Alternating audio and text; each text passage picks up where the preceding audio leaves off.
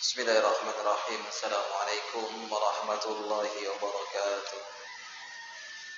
Innal hamdalillah nahmaduhu wa nasta'inuhu wa nastaghfiruh wa na'udzu billahi min shururi anfusina wa min sayyiati a'malina. Man yahdihillahu fala mudilla lahu wa man yudlil fala hadiya lahu. Asyhadu an la ilaha illallah wahdahu la syarika lahu.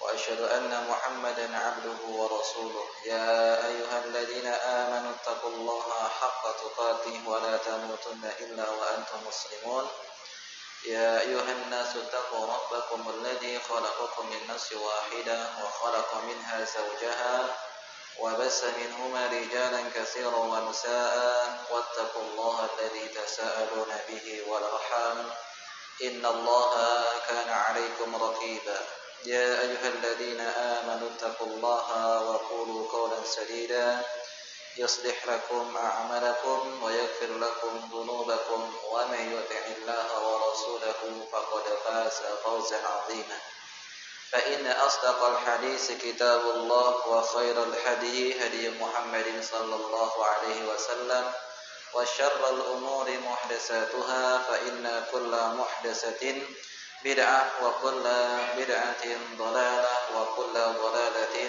finnar. Allahumma shalli wa sallim wa barik wa an'im ala habibina nabiyina rasulil karim Muhammad sallallahu alaihi wasallam wa ala alihi wa sahbihi ajma'in. Kaum muslimah rahimani wa rahimakumullah. Alhamdulillah kita bersyukur kepada Allah Subhanahu wa taala pada pagi menjelang siang ini kita bisa kembali berkumpul di taman-taman surga di salah satu rumah di antara rumah-rumah Allah Subhanahu wa taala yang ada di dunia. Semoga Allah Subhanahu wa taala mengumpulkan kita di surganya kelak. Allahumma amin. Ikhwati fillah, kaum muslimah rahimani wa rahimakumullah.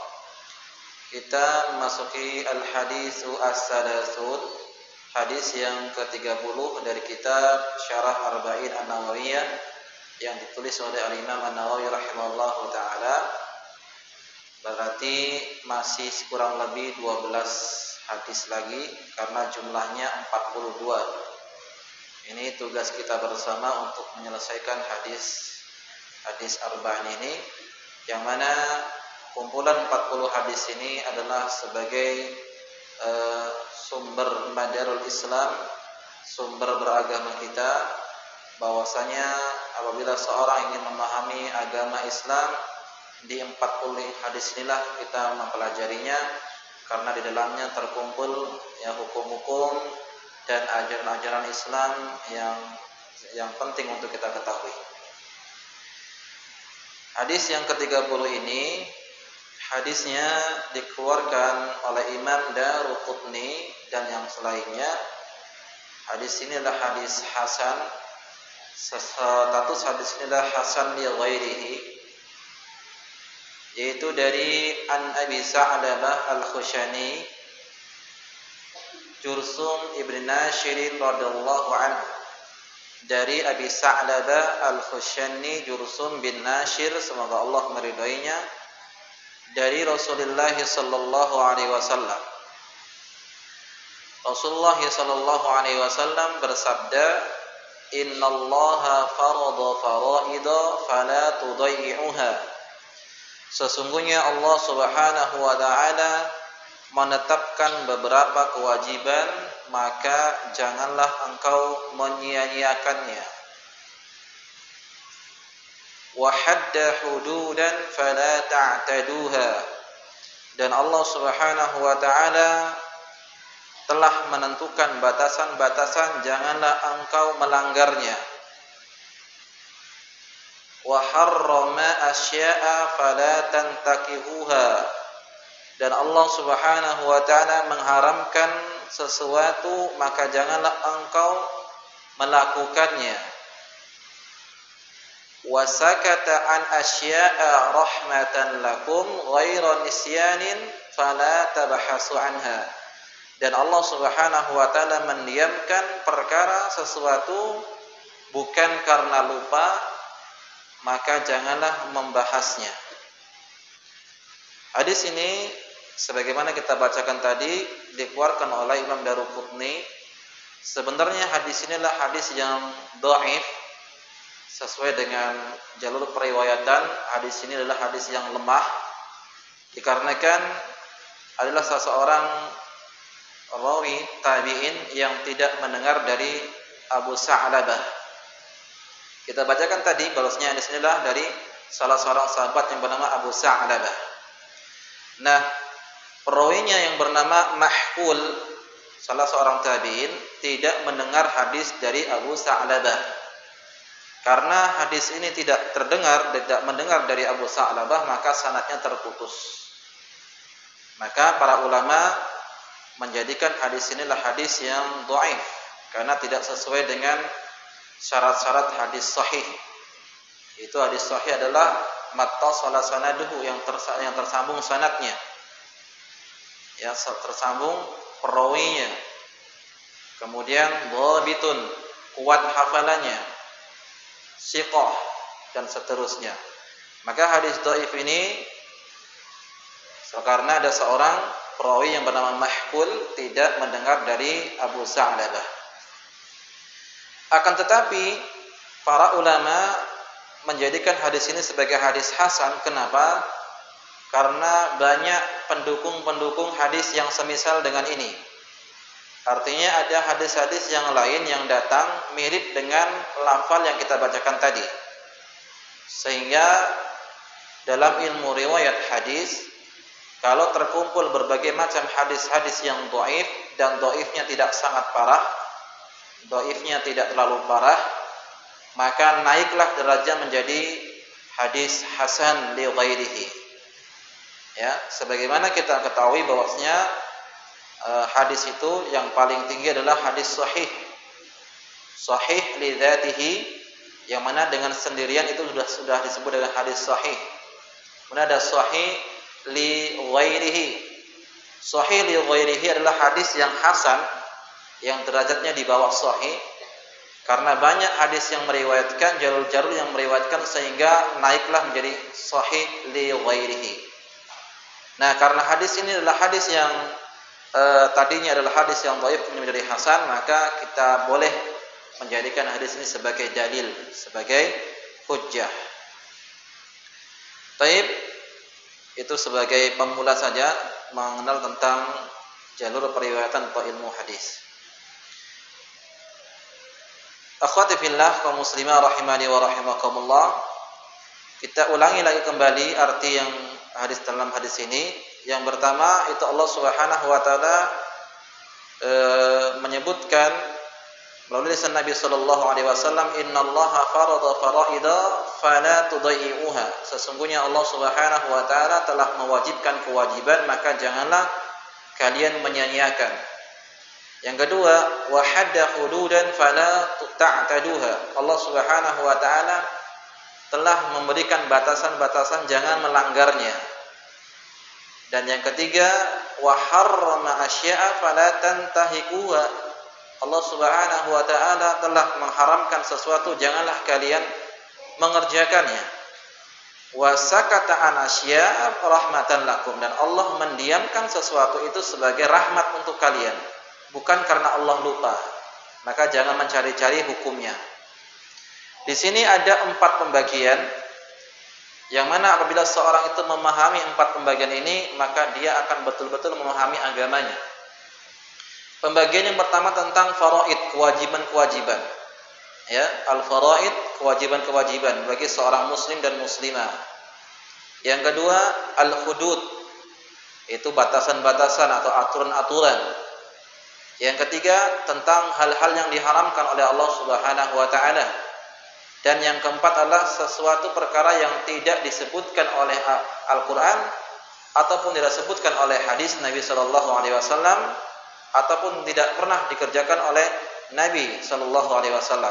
Itu perkara-perkara yang tidak dijelaskan dalam syariat ini. Baik, yang pertama kita akan bahas tentang al-faraid. Faraid itu jamak dari fardu, yaitu wajib. Dan al-faraid, kewajiban itu ada dua, yaitu fardu ain dan fardu kifayah. Fardu ain artinya adalah segala sesuatu yang diwajibkan oleh seorang mukallaf, yaitu seorang muslim dan muslimah, yang dia harus mengerjakannya. Apabila dia tidak mengerjakannya maka dia berdosa. Ya. Setiap mukmin dan mukminah, muslim dan muslimah, kalau dia telah melakukan itu maka dia mendapatkan pahala, dan dia apabila tidak melakukannya maka dia berdosa. Itu disebut dengan fardh, ya, kewajiban-kewajiban. Di antara fardhu ain bagi seorang muslim dan muslimah adalah salat 5 waktu. Ya, mengerjakan salat 5 waktu termasuk fardhu ain. Semuanya muslim dan muslimah yang sudah mencapai syarat untuk melakukan salat, maka dia wajib mengerjakannya. Jika dia meninggalkannya karena malas ataupun karena sengaja, maka dia berdosa. Salat 5 waktu, ya. Kemudian puasa Ramadan.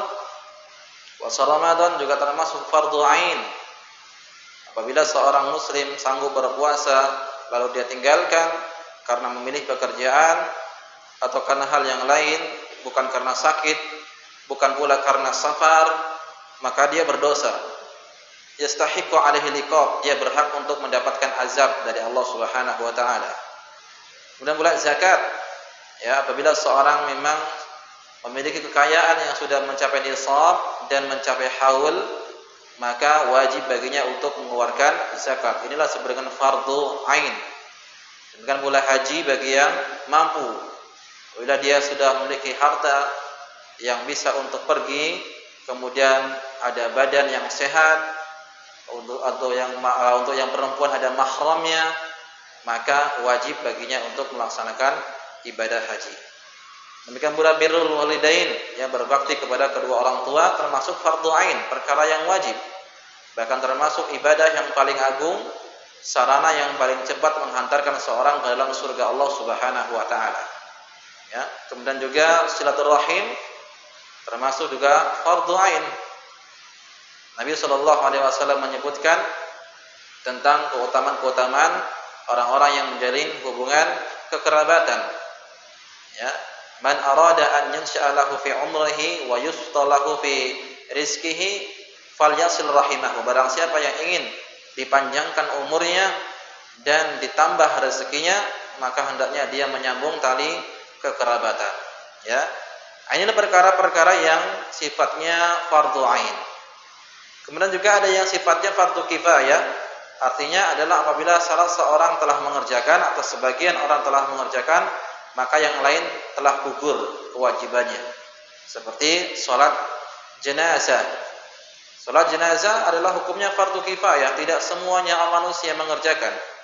Bila dalam satu masyarakat meninggal satu orang, kemudian beberapa orang telah mengurusinya, beberapa orang telah mengurusi jenazahnya, mulai dari memandikan, kemudian mengkafani, menguburkan, mensolatkan, maka sudah cukup. Yang lain, muslim yang lain tidak mendapatkan dosanya. Ya.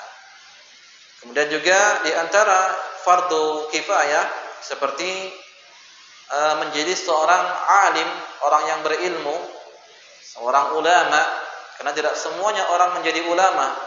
Orang-orang yang memang memiliki kemampuan dalam ilmu, orang-orang yang memiliki kecerdasan, kuat hafalannya, semangat yang tinggi, bisa dia menjadi seorang ulama. Apabila dalam suatu masyarakat itu ada orang yang berilmu, maka yang lain telah gugur. Ya, ini ilmu-ilmu yang memang ilmu khusus. Tetapi kalau ilmu masalah salat, ya, kita mau salat ini tidak bisa kecuali dengan belajar, maka belajar menjadi wajib hukumnya fardu kifayah, fardu ain. Ya, menurut ilmu tentang misalnya ada seorang mau menikah. Ketika dia belum menikah dan dia butuh dengan menikah, maka dia harus berilmu. Nah, mempelajari ilmu ini, mempelajari ilmu nikah, hukumnya adalah termasuk fardu ain. Ya, karena sebagai kaidah mengatakan ma la yatimul wajib illa bihi fa huwa wajibun.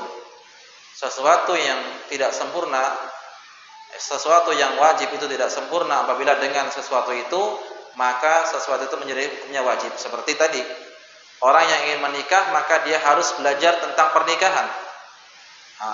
Kemudian juga seperti orang yang ingin mentalak istrinya misalnya, dia harus belajar ilmu tentang talak, tidak sembarangan. Ya, tidak boleh sembarangan, dia harus mengetahui hukum-hukumnya tentang talak bagaimana, berapa masa iddahnya, kapan dia harus mentalaknya. Dia harus belajar. Tentang hukum warisan juga demikian, bagaimana cara membagi warisnya, laki-laki dapat berapa, perempuan dapat berapa, seorang suami dapat berapa, seorang istri dapat berapa, ibu kita dapat berapa, ayah kita dapat berapa. Ini harus diketahui kalau dia memang akan dilakukan, ya, hukumnya menjadi fardu ain. Kemudian di antara fardu kifayah seperti menjadi seorang dokter kesehatan, ya, baik itu spesialis atau dokter umum, maka ini hukumnya adalah hukum fardu kifayah, tidak wajib. Apabila ada seorang satu kampung itu dia memiliki dokter, maka cukup bagi yang lain gugur kewajibannya. Nah, kemudian juga menjadi handasah itu tukang bangunan yang arsitek, ya, arsitek. Tidak semuanya orang harus jadi arsitek, tidak. Ya. Kemudian menjadi seorang guru juga demikian, mengajar anak-anak. Ini hukumnya fardu kifayah, tidak semuanya orang jadi guru. Ya, ini fardu kifayah. Artinya kalau ada seorang yang memang sudah menguasai, yang bertugas menjadi guru atau dokter, maka yang lain telah gugur. Atau seorang menjadi ustadz atau ustadzah, maka ini tidak semuanya orang jadi ustadz, tidak semuanya orang menjadi ustadzah, hanya orang-orang tertentu saja. Nah, ini disebut dengan fardu kifayah. Nah, masalah kewajiban ini, ma'asal muslimin, akhwati fillah, tentang fardu merupakan perkara yang harus kita utamakan daripada perkara sunnah. Ya, perkara-perkara yang wajib itu merupakan perkara yang harus kita utamakan daripada perkara-perkara sunnah. Karena apa? Karena pahala mengerjakan yang wajib itu jauh lebih besar pahalanya daripada mengerjakan yang sunnah. Jangan sampai kita tertipu, ya, sibuk dengan mengamalkan yang sunnah, mengerjakan yang sunnah, ternyata kita tinggalkan perkara-perkara yang wajib. Oleh karena itu Nabi Shallallahu Alaihi Wasallam menyebutkan dalam hadisnya, wa ma taqarraba 'abdun bi syai'in ahabbu ilayya mimma aftaratu 'alaihi. Tidaklah seorang hamba senantiasa mendekatkan dirinya kepadaku dengan perkara wajib yang lebih aku cintai. Ya. Jadi perkara yang wajib itu lebih Allah cintai daripada perkara-perkara yang sunnah. Contoh, ya, salat 2 rakaat sebelum subuh adalah sunnah. Pahalanya adalah man shalla raka'ataini qabla al-fajri, ya, faka'annama orang-orang yang salat 2 rakaat sebelum subuh maka khairun lahu minad dunya wa ma fiha, lebih baik daripada dunia beserta isinya. Maka berusaha untuk menghadiri salat subuh itu jauh lebih besar pahalanya. Ya, kita tahu salat 2 rakaat sebelum subuh itu besar, maka berusaha untuk menghadiri salat subuh secara berjamaah pahalanya jauh lebih besar. Demikian pula menafkahi, bagi seorang suami misalnya menafkahi keluarganya, anak dan istrinya, maka ini kewajiban bagi seorang suami. Adapun sedekah kepada yang lain ini termasuk sunnah. Tapi seorang suami dia menafkahi istri dan anaknya adalah kewajiban. Maka mendahulukan istri dan anaknya termasuk pahalanya besar. Bahkan Nabi Shallallahu Alaihi Wasallam menyebutkan, dinarun anfaqtahu fi sabilillah, wa dinarun tasaddaqta 'alal masakin, wa dinarun tasaddaha fi raqabatin, wa dinarun anfaqtahu 'ala ahlika a'dhamuha ajran dinarun anfaqtahu 'ala ahlika. 1 dinar yang kau keluarkan di jalan Allah, 1 dinar yang kau keluarkan untuk memerdekakan cahaya, memerdekakan seorang budak, ya, dan 1 dinar yang kau sedekahkan untuk orang miskin, dan 1 dinar yang kau sedekahkan untuk keluargamu, pahalanya lebih besar 1 dinar yang kau keluarkan untuk keluargamu. Ya, jadi jangan sampai kita mendahulukan perkara-perkara yang sunnah, tetapi kita melupakan perkara yang wajib. Ya, utamakan yang wajib-wajib terlebih dahulu. Ya, seperti tadi menafkahi anak-anak yatim, ya, menafkahi anak yatim termasuk perkara-perkara sunnah, ibadah-ibadah sunnah. Tapi menafkahi anak, keluarga, istri itu adalah perkara yang wajib. Nah, maka kewajiban-kewajiban ini ma'asyiral muslimin, ikhwati fillah, itu adalah harus nomor satukan. Apa kewajiban seorang istri kepada suami-suaminya? Itu harus didahulukan. Harus didahulukan daripada yang lainnya. Nah, di antara kewajiban yang Allah sebutkan itu adalah rukun Islam tadi yang kita sebutkan tadi, rukun Islam dari mulai syahadat sampai dengan haji dan seterusnya. Maka kata Rasulullah SAW, sesungguhnya Allah telah mewajibkan perkara-perkara yang wajib, jangan disia-siakan. Kalau kita sholat 5 waktu, maka sungguh-sungguh sholatnya. Jangan kita mengundur-undur waktu sholat. Bahkan Nabi SAW disebutkan, ayu amalin afdal, amalan apakah yang paling besar ya Rasulullah, yang paling mulia? Maka Nabi SAW menyebutkan as-salatu ala waqtiha. Artinya adalah salat di awal waktu, bukan salat pada waktunya. Karena kalau salat pada waktunya, misalnya zuhur sekarang masuk jam 12:15. Nanti asar masuk jam 3:15. Jadi panjang waktunya. Nanti dia mungkin memahaminya yang penting masih ada waktu, masih bisa sholat. Tidak, tapi di awal waktu. Nah, ini orang yang besar pahalanya mengerjakan sholat adalah orang yang mengerjakan sholat di awal waktu. Bukan pada waktunya, tapi di awal waktu. Ya, ini harus kita ketahui. Maka jangan menyanyiakan.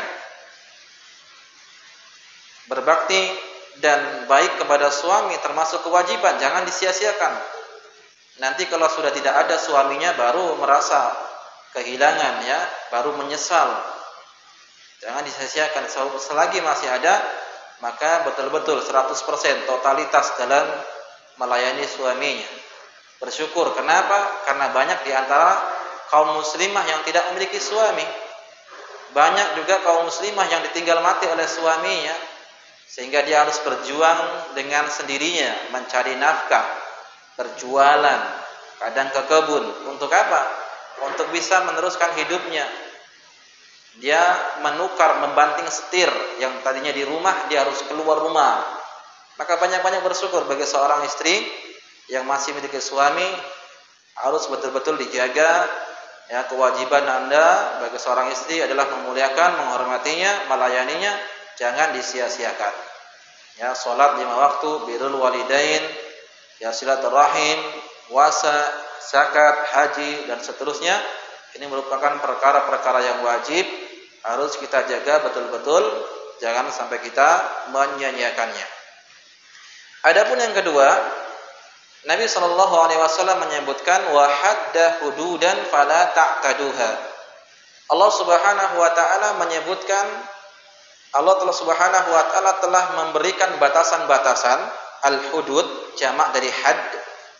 Ya, maka janganlah kalian melanggarnya. Makna al-hudud ini ada 3 arti. Ya, ada 3 definisi. Yang pertama, al-hudud artinya adalah aturan-aturan.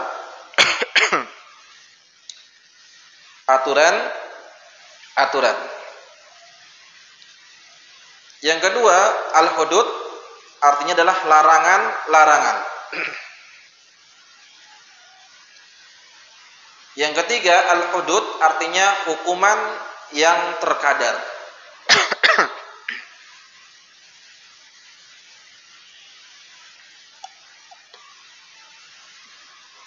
Baik, masuk yang pertama. Al-hudud artinya adalah aturan-aturan Allah Subhanahu wa taala, maka janganlah kita langgar. Di antaranya adalah tentang talak, ya, mentalak istri. Itu ada aturannya, tidak sembarangan.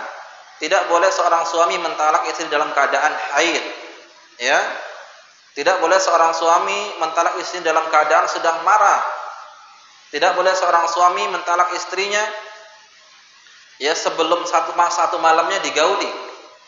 Ya, maka ini harus ada aturan-aturan. Allah Subhanahu wa taala menyebutkan dalam Al-Qur'an tentang bagaimana seorang suami harus mentalak istrinya. Allah sebutkan dalam surat At-Talaq ayat yang pertama.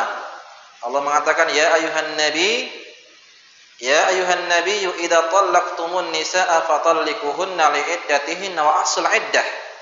Wattaqullaha rabbakum la tukhrijuhunna min buyutihinna wa la yakhrujna illa ayatina bi fahishatin mubayyinah.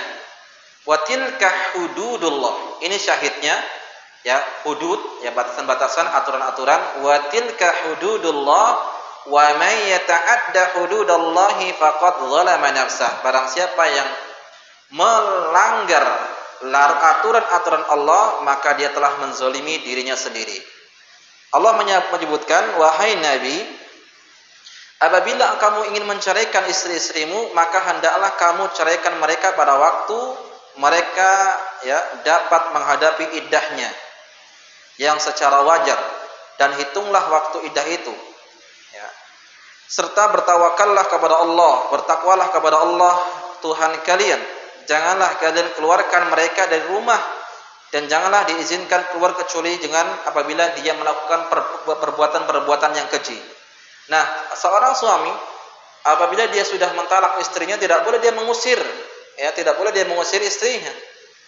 Kalau dia masih talak satu, masih ada masa iddah, ya, masih ada masa menunggu tiga kali suci, maka nggak boleh dia mengeluarkan. Bisa jadi nanti mungkin bisa rujuk kembali lagi. Nah, ini terkadang seorang suami istri ketika dia ada masalah dengan istrinya, langsung keluarlah kata-kata talak, langsung dikeluarkan, suruh keluar istrinya atau seterusnya. Enggak boleh. Ya, Islam melarang. Ini aturan Allah Subhanahu wa taala. Tidak boleh mengeluarkan istri dari rumahnya. Ya, kalau dia masih talak satu. Kemudian juga enggak boleh istri itu juga keluar sendiri. Mentang-mentang dia sudah ditalak, dia pulang langsung ke rumah orang tuanya. Tidak. Ya, dia harus dia harus tinggal di rumahnya, menunggu masa iddahnya. Enggak boleh dia keluar. Ini aturan Allah Subhanahu wa taala. Nah, sekarang yang terjadi karena banyak kaum muslimin yang tidak paham dengan masalah talak ini, sehingga apa? Talak yang terjadi menjadikan permusuhan antara suami dan istrinya. Padahal dahulu Nabi Shallallahu alaihi wasallam dan para sahabatnya juga pernah mentalak istri-istri mereka, tetapi dengan cara yang baik-baik. Ya, makanya Allah mengatakan at-talaqu marratan. Talak itu ada dua, fa imsakum bi ma'rufin aw tasrikum bi ihsan. Ya. Engkau boleh ketika kata mentalak, engkau bisa kembali lagi, ya, maksudnya engkau kembali dengan istrinya, engkau jaga dia dengan baik, atau engkau ceraikan dia dengan cara yang baik. Makanya para sahabat dulu ketika bercerai dengan istrinya tidak ada keributan-keributan. Namun sekarang yang terjadi apa? Apabila ada seorang suami cerai, ribut, ya, dendam antara suami dan istrinya. Akhirnya apa? Anak-anaknya menjadi korban. Ya, anak-anaknya menjadi korban. Maksudnya bagaimana? Maksudnya kalau kita ingin mentalak istri, maka berceraklah dengan cara yang baik-baik, ya. Tunggu sampai dia selesai haidnya, sampai dia suci, kemudian barulah dikeluarkan talak, ya, kata-kata talak kepada istrinya. Cari solusi yang terbaik. Maka bagus Islam ini mengajarkan aturan-aturan Allah Subhanahu wa taala. Ini masalah talak. Jadi al-hudud itu adalah aturan-aturan Allah Subhanahu wa taala. Demikian pula al-hudud contohnya aturan Allah seperti masalah warisan. Ya, masalah warisan ini aturan Allah Subhanahu wa taala. Harus kita mengikuti apa yang ditetapkan oleh Allah Subhanahu wa taala. Bagaimana ketika Allah Subhanahu menyebutkan pembagian waris? Ya, Allah sebutkan dalam Al-Qur'an surah An-Nisa, ya, ayat yang mulai dari ayat yang ke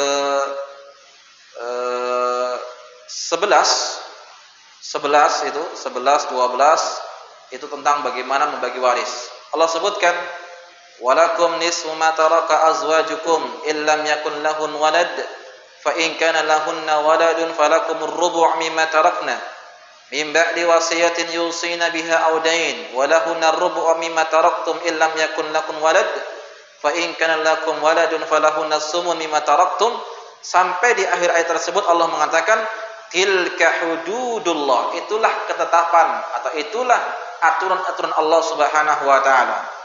Misalnya ada seorang istri meninggal, ya, tidak punya anak, maka bagi seorang suami dia mendapatkan setengah. Kalau meninggal mempunyai anak, maka bagi mereka, ya, wa in kana lahunna walad falakum rubu', bagi seorang suami 1/4. Ini ketentuan atau aturan-aturan Allah Subhanahu wa taala tentang waris. Maka Nabi Shallallahu alaihi wasallam mengatakan apa tadi? Allah Subhanahu wa taala telah membuat aturan-aturan jangan kalian langgar. Dan ini banyak sekali kita ketahui di kaum muslimin ini melanggar. Wah, sekarang saya tidak mau membagi waris secara Islam. Udahlah, bagi saja sama rata. Bagi saja, saya ingin yang banyak, saya ingin yang ini. Enggak bisa. Islam sudah mengaturnya. Kita harus ikut aturan Allah Subhanahu wa taala. Ya, jadi al-had, al-hudud artinya adalah aturan. Kemudian juga makna al-hudud adalah larangan-larangan Allah Subhanahu wa taala. Ya. Larangan Allah Subhanahu wa taala seperti misalnya tentang puasa. Ya, tentang puasa. Aturan tentang puasa.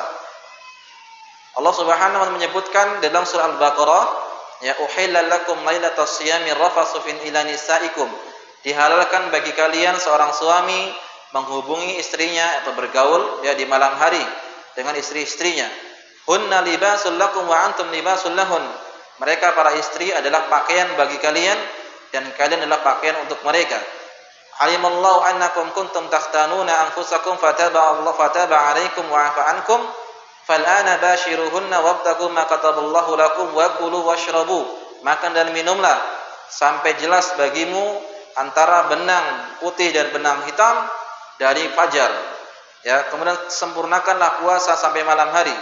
Dan Allah mengatakan wala tubashiruhunna wa antum aakifuna fil masajid. Janganlah kalian berhubungan sementara kalian sedang iktikaf di masjid. Ya.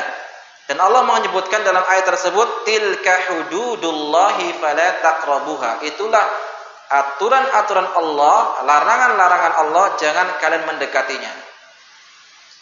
Ya. Tilka hududullahi fala taqrabuha.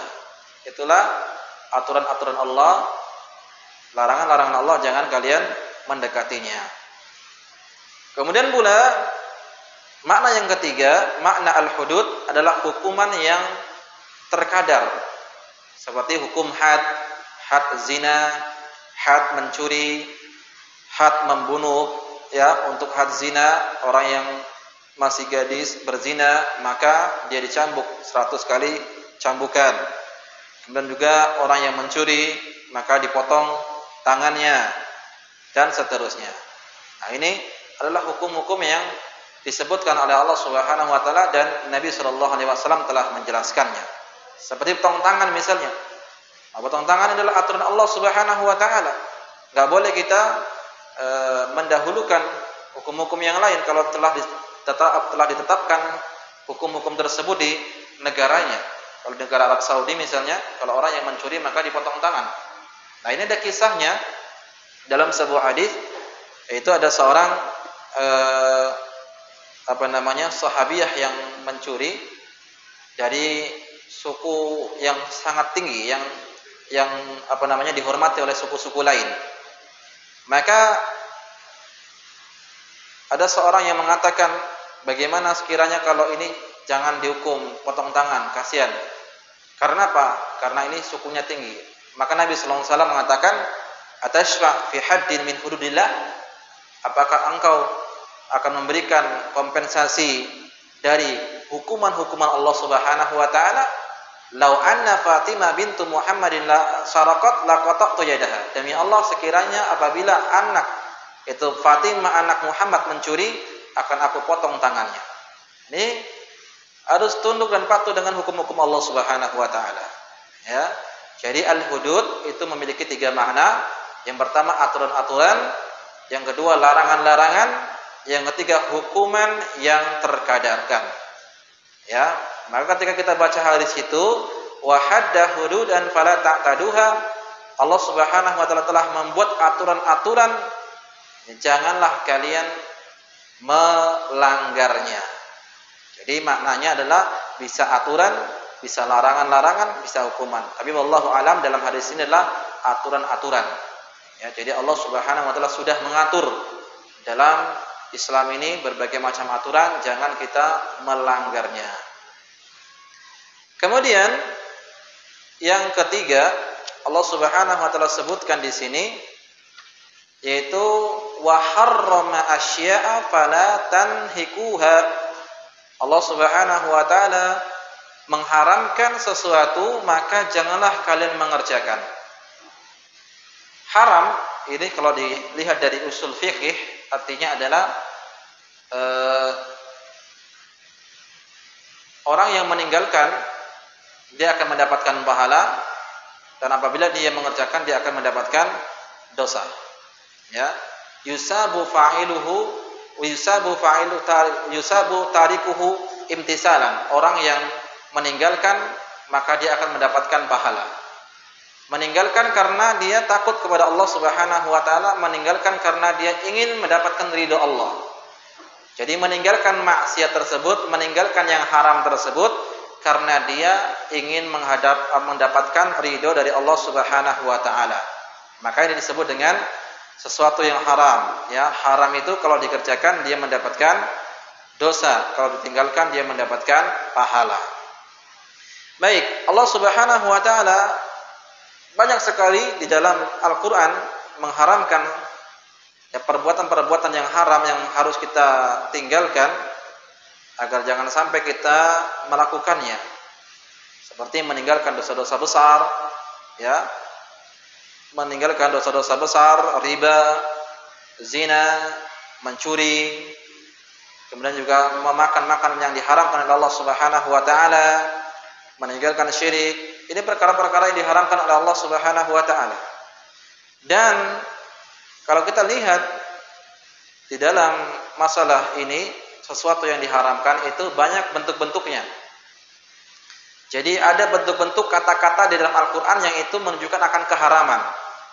Atau ada bentuk-bentuk kata-kata yang terdapat dalam hadis itu menunjukkan akan keharaman hal tersebut. Ya.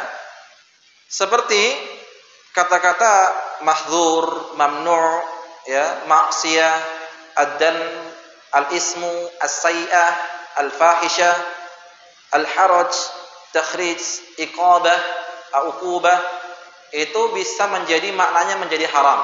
Contoh, ya. Bentuk yang pertama seperti larangan secara mutlak. Allah Subhanahu wa taala mengatakan wala taqrabuz zina. Kata-kata janganlah, ya. Jadi kalau kita baca Al-Qur'an, membaca janganlah kalian ini, janganlah kalian itu, berarti larangan tersebut akan keharaman. Menunjukkan bahwasanya perbuatan itu adalah haram. Seperti tadi kita bacakan wala taqrabuz zina, janganlah kalian mendekati zina, ya. Dan ini sudah maklum, mendekati saja tidak diperbolehkan, apalagi kalau dia melakukan. Maka semua sarana-sarana yang bisa mendekatkan dirinya kepada perbuatan zina itu diharamkan, ya. Kemudian contoh yang lain, misal qaulullah ta'ala wala taqrabu malal yatim illa billati hiya ahsan. Janganlah kalian mendekati harta anak yatim. Berarti mendekati harta anak yatim atau memakan harta anak yatim ini termasuk perbuatan yang diharamkan oleh Allah Subhanahu wa taala. Jadi kata-kata wala, janganlah, larangan ini menunjukkan akan keharaman. Demikian pula Allah mengatakan wala ta'kulu amwalakum bainakum bil batil. Janganlah kalian memakan harta-harta kalian sesama kalian dengan cara yang batil. Ya, mungkin dengan cara menipu, curang, ya, atau yang lainnya, mencuri atau yang lainnya, maka ini perbuatan yang diharamkan, ini haram. Kemudian juga Allah mengatakan wala ta'kulu mimma lam yuzkar ismallah. Jangan kalian memakan makanan atau hewan yang tidak disebut nama Allah Subhanahu wa taala. Jadi kata-kata wala ta'kulu, kata-kata janganlah kalian makan ini menunjukkan akan keharamannya. Ya, maka zina itu haram, memakan harta anak yatim itu haram, memakan harta sesama kaum muslimin secara batil itu haram, dan memakan binatang yang tidak disembelih dengan menyebut nama Allah adalah haram. Ya. Kalau kita lihat dari hadis Nabi sallallahu alaihi wasallam, Seperti misalnya kata-kata la tusyriku billahi syai'an. Janganlah kalian menyekutukan Allah dengan sesuatu apapun. Wala tajassasu, jangan kalian mencari-cari kesalahan. Wala tahasadu, jangan saling hasad. Wala tabaghadu, jangan saling membenci. Wala tadabaru, jangan saling membelakangi. Ya, wa kunu ibadallah ikhwana. Jadilah kalian itu hamba-hamba Allah yang bersaudara. Nah, berarti kalau kita membaca hadis Nabi sallallahu alaihi wasallam seperti itu, kata-kata jangan menunjukkan bahwasanya tajasus, mencari-cari kesalahan, perbuatan yang diharamkan. Tabaghadu, saling membenci, merupakan perkara yang diharamkan, ya. Kemudian tadabaru, saling membelakangi, tidak mau tegur sapa, maka ini perkara yang diharamkan, ya. Dan juga Nabi SAW mengatakan iyyakum wadh-dhann fa inna dhanna aktabul hadis. Janganlah kalian berburuk sangka, sesungguhnya berburuk sangka adalah sedusta-dustanya ucapan. Ini perbuatan yang diharamkan. Berburuk sangka termasuk perbuatan yang diharamkan oleh Allah Subhanahu wa taala. La tashrabu fi aniyati dhahabi wal fiddah. Demikian pula kalau kita baca hadis Nabi tentang larangan kita minum dengan bejana atau gelas yang terbuat dari emas dan perak. Maka ini kalau kita lakukan itu termasuk perbuatan yang haram. Ya, minum dengan gelas yang terbuat dari emas ataupun perak. Nabi mengatakan la tashrabu fi aniyati dhahabi wal fiddah. Jangan kalian minum dengan bejana yang terbuat dari emas dan perak. Ya, wala talbasu al-harira, jangan kalian memakai pakaian dari sutra. Ini khusus untuk yang laki-laki, ya, tidak boleh memakai sutra. Fa inna lahum fid dunya wa lakum fil akhirah. Karena apa? Karena bejana yang terbuat dari emas itu adalah untuk orang-orang kafir di dunia dan untuk orang-orang yang beriman di akhirat. Ya. Ini kata-kata pertama, bentuk-bentuk yang sifatnya haram, pengharaman dari Allah Subhanahu wa taala yang kata-katanya dengan kata-kata jangan, ya. Adapun yang lainnya seperti kata-kata hurrima atau harrama, ini jelas-jelas haram, ya. Seperti Allah Subhanahu wa taala menyebutkan innama harrama alaikumul maitata waddama wa lahmal khinzir wa ma uhilla bi ghairillah. Sesungguhnya Allah haramkan kepada kalian bangkai, ya. Semua jenis bangkai kecuali bangkai ikan dan bangkai belalang, ya. Waddam, darah, walahmal khinzir, daging babi, ya. Maka ini diharamkan oleh Allah Subhanahu wa taala. Dan Allah menyebutkan juga qul innama harrama rabbiyal fawahisha ma dhahara minha wa ma batan wal isma wal baghya bighairil haqq wa an tusyriku billahi ma lam yunzil bihi sultana wa an taqulu 'ala Allahi ma la ta'lamun. Katakanlah Muhammad, sesungguhnya Allah haramkan untuk kalian al-fawahish, perbuatan-perbuatan keji yang nampak ataupun yang tersembunyi, perbuatan dosa, zalim kepada orang lain, ya, tanpa hak, dan perbuatan syirik Allah haramkan, dan perbuatan atau engkau mengucapkan sesuatu dalam agama ini yang tidak engkau ketahui, berbicara atas nama Allah dengan cara dusta, ya, berdusta atas nama Allah Subhanahu wa taala termasuk perbuatan haram. Atau berbicara dalam masalah agama yang tidak diketahuinya, maka ini perbuatan yang haram juga. Ya. Jelas ayatnya. Demikian pula Allah mengatakan hurrimat alaikumul maitatu waddamu wa lahmul khinzir wa ma uhilla bi ghairillah. Telah diharamkan bagi kalian bangkai, daging, darah, daging babi, kemudian apa yang disembelih tidak, atau apa yang disembelih untuk selain Allah Subhanahu wa taala.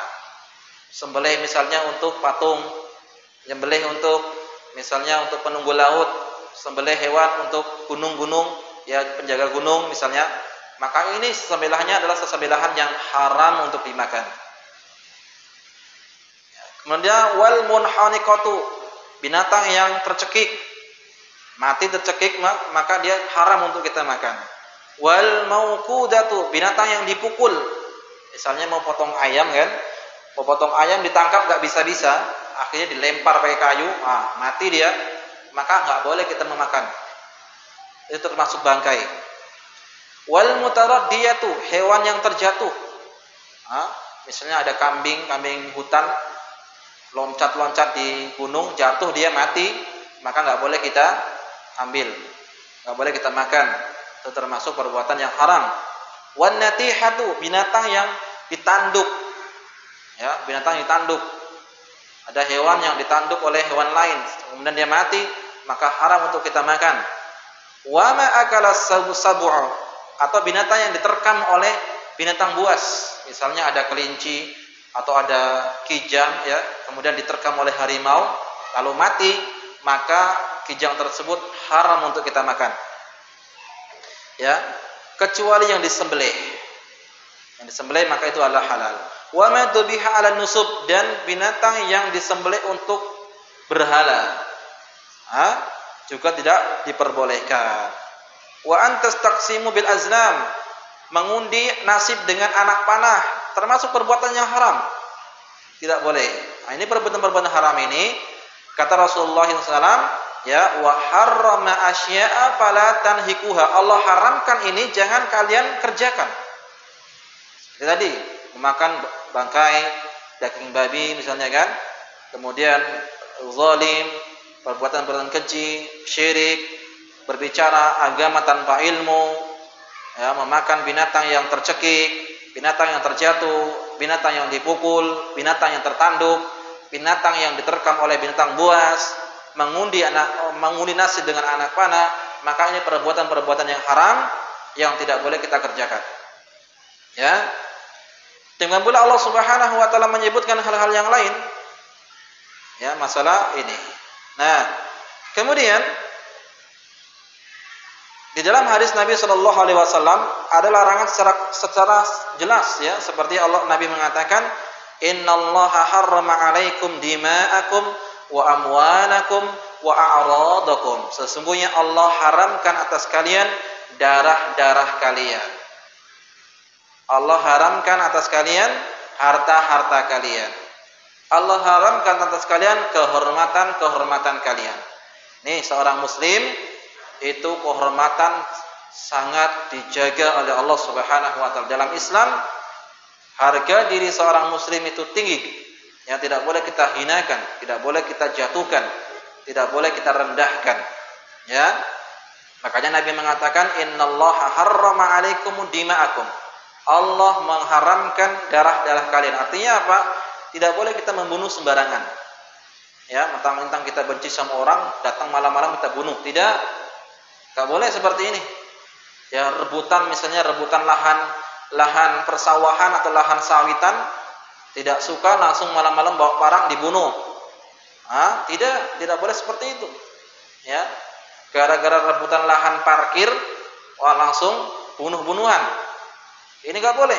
Haram darah seorang muslim untuk ditumpahkan, kecuali dengan cara yang baik. Ya, misalnya mungkin dia membunuh, maka hukumnya dibunuh kembali. Dan ini pun bukan kita yang melakukan, tapi pemerintah yang menegakkan hukum-hukum Islam. Ya, enggak boleh kita menumpahkan darah seorang muslim. Karena Nabi Shallallahu Alaihi Wasallam mengatakan, ya, la zawalud dunya ahwanu indallah min qatli rajul muslim. Hilangnya dunia ini, hancurnya dunia ini lebih ringan di sisi Allah Subhanahu wa taala daripada terbunuhnya seorang muslim. Ya, maka hati-hati dalam masalah darah ini, ya. Jangan sampai kita bermudah-mudahan. Wa amwalakum, dan harta-harta kalian juga haram diambil secara paksa, ya, diambil dengan cara yang batil, enggak boleh. Ya. Sekarang kan banyak nih, ya, di sawit-sawit tuh ninja-ninja sawit misalnya, ambil sawit malam-malam dodos malam-malam diambil misalnya, curi, atau dia nimbang dengan timbangan yang tidak sesuai, timbangannya dikurangi, seterusnya. Ini memakan harta yang tidak boleh, artinya memakan harta secara batil namanya. Korupsi, ya, seterusnya. Ini memakan harta dengan cara yang batil, ini haram. Harta seorang muslim haram untuk diambil dengan cara-cara seperti itu. Ya, haram. Wa a'radakum, juga demikian, kehormatan-kehormatan kalian haram untuk direndahkan. Seorang muslim itu kehormatannya, hidup dan matinya harus dijaga. Nah, ini harus hati-hati, ya. Misalnya ada seorang meninggal dunia, nggak boleh kita menjelek-jelekan dia meskipun sudah meninggal dunia. Tetap kehormatan dia sama dengan dia masih hidup. Sama. Tidak boleh kita rendahkan, tidak boleh kita hinakan. Haram merendahkan orang-orang, kehormatan seorang muslim. Demikian pula bentuk-bentuk pengharaman kata-kata dalam yang Al-Qur'an dan yang lain seperti ancaman. Nah, kalau kita baca di Al-Qur'an atau baca dalam hadis tentang ancaman-ancaman baik di dunia ataupun di akhirat, itu berarti menunjukkan perbuatan tersebut adalah haram untuk dikerjakan. Ya, seperti Allah Subhanahu wa taala menyebutkan, innal ladzina yu'duna Allah wa rasulahu la'anahumullah fid dunya wal akhirah. Sesungguhnya orang-orang yang mencaci maki Allah dan Rasulnya, maka Allah laknat dia di dunia dan di akhirat. Wa a'adda lahum 'adzaban muhina, dan Allah siapkan baginya azab yang pedih. Nah, ketika ada ancaman seperti ini, maka perbuatan mencaci Allah dan perbuatan mencaci Rasul termasuk perbuatan yang diharamkan. Ya. Walladzina yu'dunal mu'minina wal mu'minati bighairi maktasabu faqad ihtamalu buhtanan wa isman mubina. Seperti Allah menyebutkan dalam Al-Qur'an lagi, ya, dan orang-orang yang mencaci maki mukmin laki-laki dan mukmin perempuan tanpa dosa yang dia kerjakan, sungguh dia telah melakukan kedustaan yang sangat besar. Berarti ini perbuatan haram, ya, menghina orang yang tidak melakukannya. Ini padahal dia orang-orang baik-baik, tapi dikata-katakan buruk, wah hati-hati ini. Ini dosa yang besar, ya. Seperti itu. Kemudian juga hadis Nabi sallallahu alaihi wasallam, la'anallahu man la'ana walidahu. Laknat Allah orang yang melaknat kedua orang tuanya. Ini mencaci maki orang tua, maka perbuatan haram. Ya, kalau kita membaca hadis-hadis tentang laknat atau ayat-ayat tentang laknat, berarti menunjukkan akan keharaman hal tersebut. Ya, wa la'anallahu man dzabaha li ghairillah. Allah melaknat orang yang menyembelih bukan karena Allah. Berarti menyembelih untuk kuburan, menyembelih untuk sang wali, menyembelih untuk penunggu gunung, menyembelih untuk penunggu laut, termasuk perbuatan yang diharamkan. Ya, wa la'anallaha man awa muhdisan. Allah melaknat orang yang melindungi para pelaku provokator. Ya, Allah melaknat orang yang melindungi para pelaku bid'ah. Ini dia. Ya. Atau dalam hadis Nabi tentang jauhilah, kata-kata jauhilah.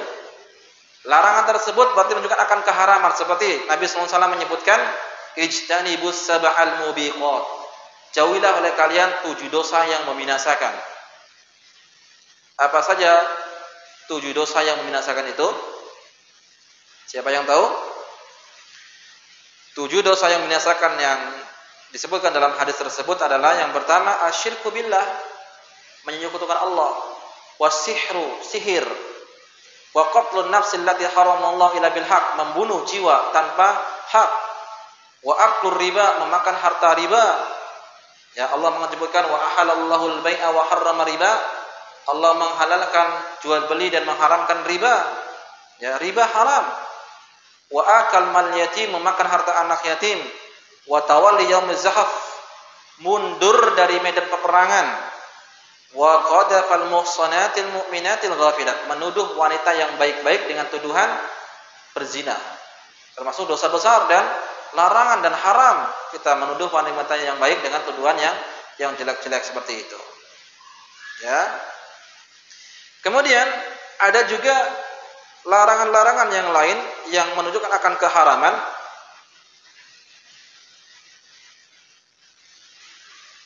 Atau kalau kita membaca ayat-ayat atau hadis-hadis Nabi SAW tentang hukuman di dunia, seperti wasariqu wasariqatu faqta'u aydiyahuma, pencuri laki-laki dan pencuri perempuan, potonglah kedua tangannya. Maka ini menunjukkan bahwa mencuri perbuatan yang diharamkan. Kemudian yang lain adalah la yahil, kata-kata la yahil. Nah, kita kan sering nih ibu-ibu sekalian, kalau kita baca Al-Qur'an itu ada kata-kata la yahil, tidak halal. Lawan kata tidak halal berarti maksudnya adalah haram, ya. Tidak halal berarti haram. Seperti Nabi SAW menyebutkan la yahillu li imra'atin tu'minu billahi wal yaumil akhir an tusafira masirata yaumin wa laila laisa ma'aha di mahramin. Tidak halal bagi seorang wanita yang beriman kepada Allah dan beriman kepada hari kiamat untuk safar satu hari satu malam tidak ada bersamanya seorang mahram.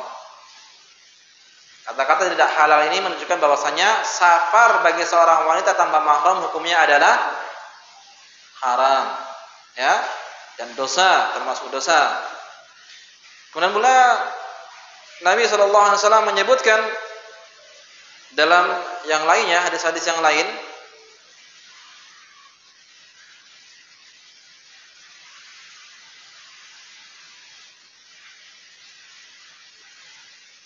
yaitu ancaman bagi orang-orang yang dengan kata-kata in an ayyuma imra'atin ta'attarat fa kharajat liyajiduha riqarihaha fa annaha zaniyah. Ini ancaman, ya.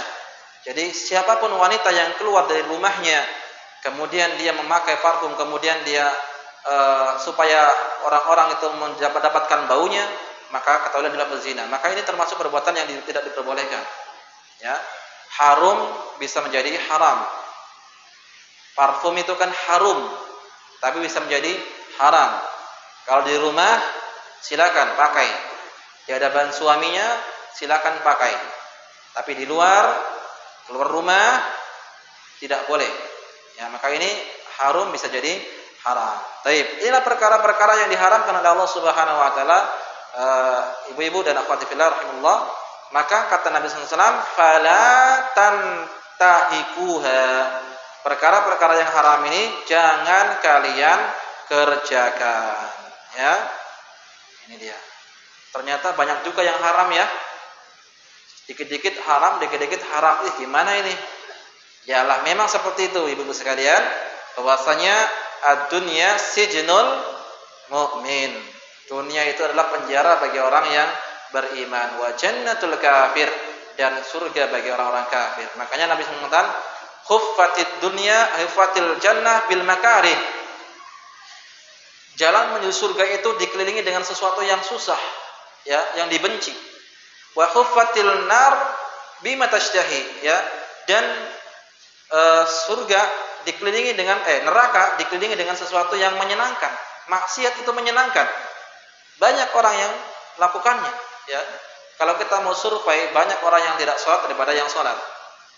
Kalau kita mau survei, banyak orang yang sholat yang tidak sholat. Banyak orang yang memilih sholat di rumah daripada di masjid. Kalau kita mau survei, ya. Dan kalau kita mau survei, banyak orang yang lebih suka tontonan, konser, TV dan seterusnya daripada pengajian.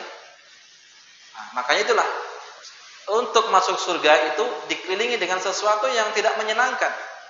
Apalagi misalnya seorang istri, kan, dia harus susah payah bangun tidur, kemudian ngurus ya anaknya, ngepel seterusnya, harus susah setiap hari, terus nyetrika lah, apa segala macam.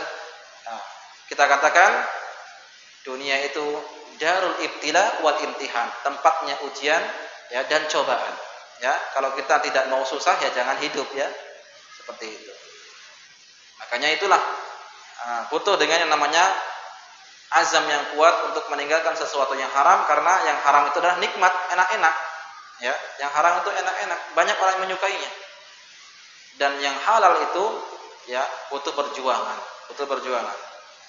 Makanya harus kita betul-betul minta pertolongan kepada Allah Subhanahu wa taala agar Allah Subhanahu wa taala menghindarkan diri kita dari sesuatu yang haram.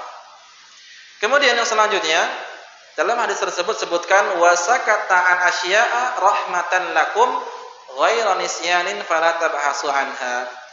Dan Allah Subhanahu wa taala mendiamkan perkara dalam kehidupan ini atau dalam agama ini, didiamkan Allah sebagai rahmat Allah Subhanahu wa taala untuk kita kaum muslimin, bukan karena Allah lupa, tidak, Allah tidak lupa. Contohnya di sini sebutkan seperti Syekh Shalih Al-Utsaimin rahimahullahu taala menyebutkan bahwasanya perkara-perkara yang didiamkan itu ada dicontohkan oleh beliau seperti hukum rambut, hukum rambut yang ada di badan kita. Ya. Hukum rambut yang ada di badan kita itu ada 3 perkara. Perkara yang pertama, perkara yang diperintahkan untuk dipanjangkan. Ya, tidak perlu dicukur. Yang kedua, ada rambut yang diperintahkan untuk dicukur. Tak boleh dipanjangkan. Dan yang ketiga, ada rambut yang didiamkan, tidak dibahas dalam syariat. Seperti apa? Misalnya yang pertama, ya, rambut yang diperintahkan untuk dipanjangkan ya seperti jenggot, ya. Jenggot ini bagi laki-laki maka diperintahkan dipanjangkan, tak boleh dicukur. Dan pula alis ini nggak boleh dicukur ya, nggak boleh dicukur. Biarkan saja. Bahkan termasuk laknat bagi seorang wanita yang mencukur alisnya, ya, mentato, mencukur alisnya dan seterusnya. Ini termasuk perbuatan yang haram. Ya. Kemudian yang selanjutnya perkara yang diperintahkan untuk dicukur, ya, rambut yang diperintahkan dicukur seperti biasa ya, ya bulu ketek itu dicabut. Kalau nggak buat cabut ya dikerok. Tapi sebelumnya dicabut ya, karena lafaz dari hadis tersebut nabtul ibd, itu mencabut bulu ketek ya atau ketiak.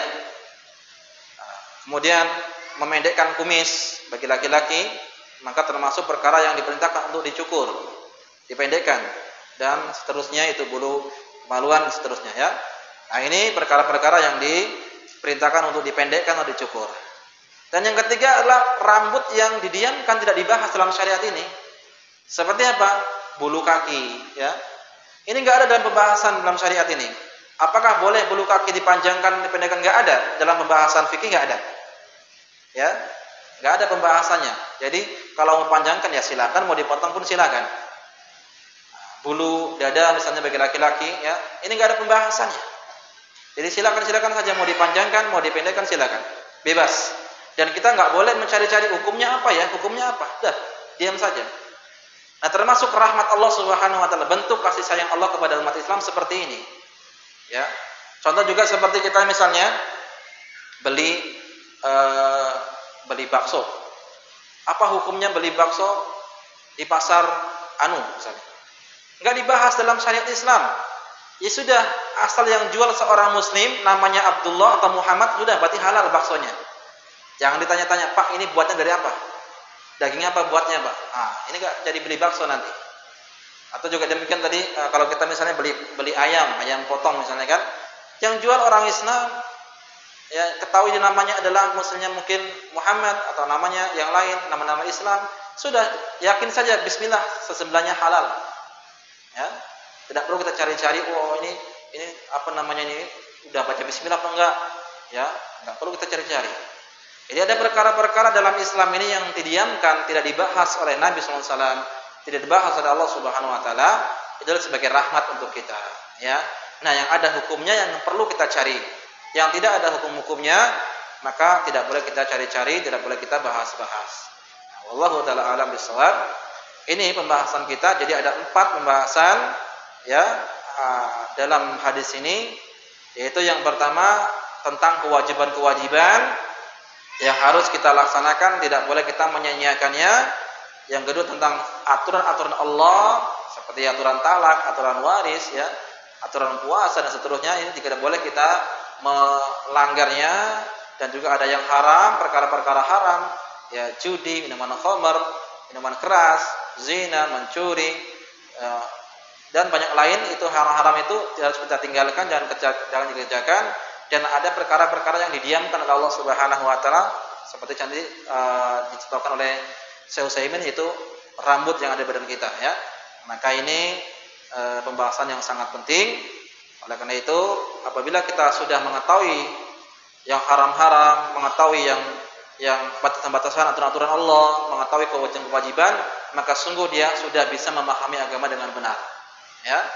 Nah, tugas kita apa sekarang? Tugas kita sekarang adalah belajar apa saja yang diwajibkan, ya, apa saja yang diharamkan, harus kita gali satu persatu. Ini tugas kita. Dan apa saja larangan-larangan Allah, aturan-aturan Allah. Jual beli ada aturannya. Hutang piutang ada aturannya. Ya. Bahkan ayat yang paling panjang dalam Al-Qur'an adalah ayat tentang apa? Tentang hutang. satu lembar, satu ayat satu lembar. Itu tentang hutang, ada aturannya. Harus kita gali, harus kita perhatikan. Bagaimana cara wudu ada aturannya, sholat ada aturannya. Nah, ini harus kita pahami, harus kita pelajari. Ini kewajiban kita. Dan juga ada perkara-perkara yang didiamkan, tidak perlu kita bahas karena tidak dibicarakan dalam syariat Islam. Baik. Ini pembahasan kita pada hadis yang ke-30. Masih ada 12 hadis lagi. Kalau 1 bulan 1 kali pertemuan, berarti ya 1 tahun ya, 12 bulan ya. Masya Allah. Ya, mudah-mudahan Allah SWT memudahkan kita untuk menyelesaikannya. Jika Allah SWT memberikan kita umur yang panjang. Ya, silakan kalau ada pertanyaan 1, 2 bisa ditulis dengan kertas, silakan dikirimkan.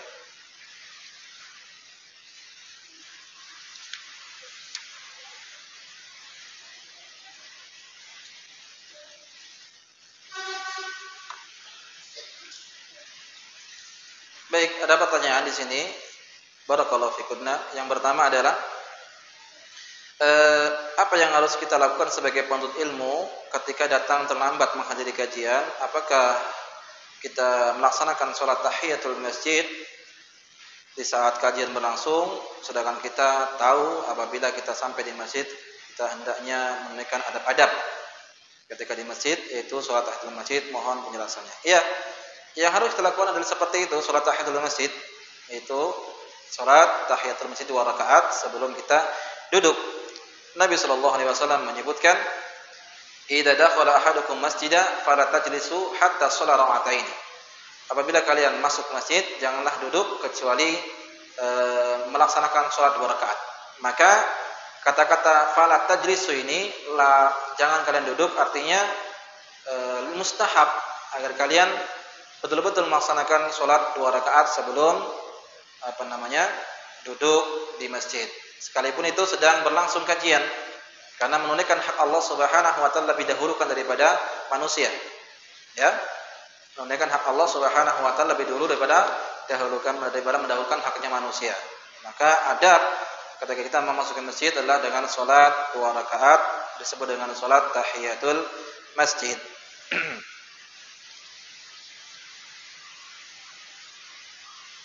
Kemudian yang kedua, bagaimana caranya seorang muslim yang sholat di rumah sendiri? Apakah harus sebelum sholat dia iqamah terlebih dahulu atau setelah mendengar azan langsung sholat? Ya, bagi perempuan wanita muslimah yang sholat di rumah tidak harus menunggu setelah qomat. Ya, tidak harus menunggu setelah qomat, asal dia sudah masuk waktu maka bagi dia wajib untuk melaksanakan sholat. Ya, mungkin ada yang bingung bagaimana kalau hari Jumat? Hari Jumat itu bagaimana? Apakah harus tunggu selesai sholat Jumat atau tidak? Tidak. Asal dia sudah masuk waktu, maka dia sudah wajib untuk melaksanakan sholat. Ya, ini yang perlu kita katakan bahwasanya tidak harus menunggu azan qomat di masjid. Ya, kadang karena ada masjid-masjid yang tidak mengeraskan iqamahnya, dia qomatnya secara tidak pakai mikrofon, maka tidak tahu di rumah-rumah, maka asal dia sudah masuk waktu dia boleh untuk sholat. Ada pertanyaan yang selanjutnya, bolehkah kita menghibahkan harta buat anak angkat? Ya, yang mana harta tersebut adalah harta warisan dari orang tua yang mengangkat anak tersebut. Ya, kalau untuk memberikan warisan itu tidak boleh untuk yang lain ya, karena kita bukan nasab maka boleh mendapatkan warisan. Yang ada adalah wasiat. Ya, wasiat dari yang mengangkat tersebut untuk anak angkatnya. Jadi bukan warisan. Itu jatuhnya kepada wasiat. Boleh memberikan. Misalnya saya punya harta sawit 10 hektar ya. Saya punya anak 5 atau 3 anak. Terus saya ngangkat 1 anak laki-laki misalnya, yang 3 perempuan. Kemudian ketika saya mau meninggal dunia, saya wasiatkan kepada anak-anak saya, itu tanah yang di sana 1 hektar itu saya berikan untuk ini. Ini boleh. Dan wasiat tidak boleh melebihi 1/3 harta. Ya, wasiat tidak boleh melebihi 1/3 harta yang meninggal dunia tadi. Jadi yang ada adalah wasiat. Jadi boleh kita memberikan kepadanya, jatuhnya adalah wasiat ya, atau ya tadi hibah, diberikan secara cuma-cuma, bukan warisan. Kalau warisan tidak boleh untuk anak angkat karena bukan termasuk nasab yang berhak mendapatkan warisan. Ya, dia bukan termasuk anak yang berhak mendapatkan warisan karena bukan nasabnya. Baik, wallahu taala alam bisawab. Ada lagi? Kalau tidak ada, kita cukupkan sampai di sini ya.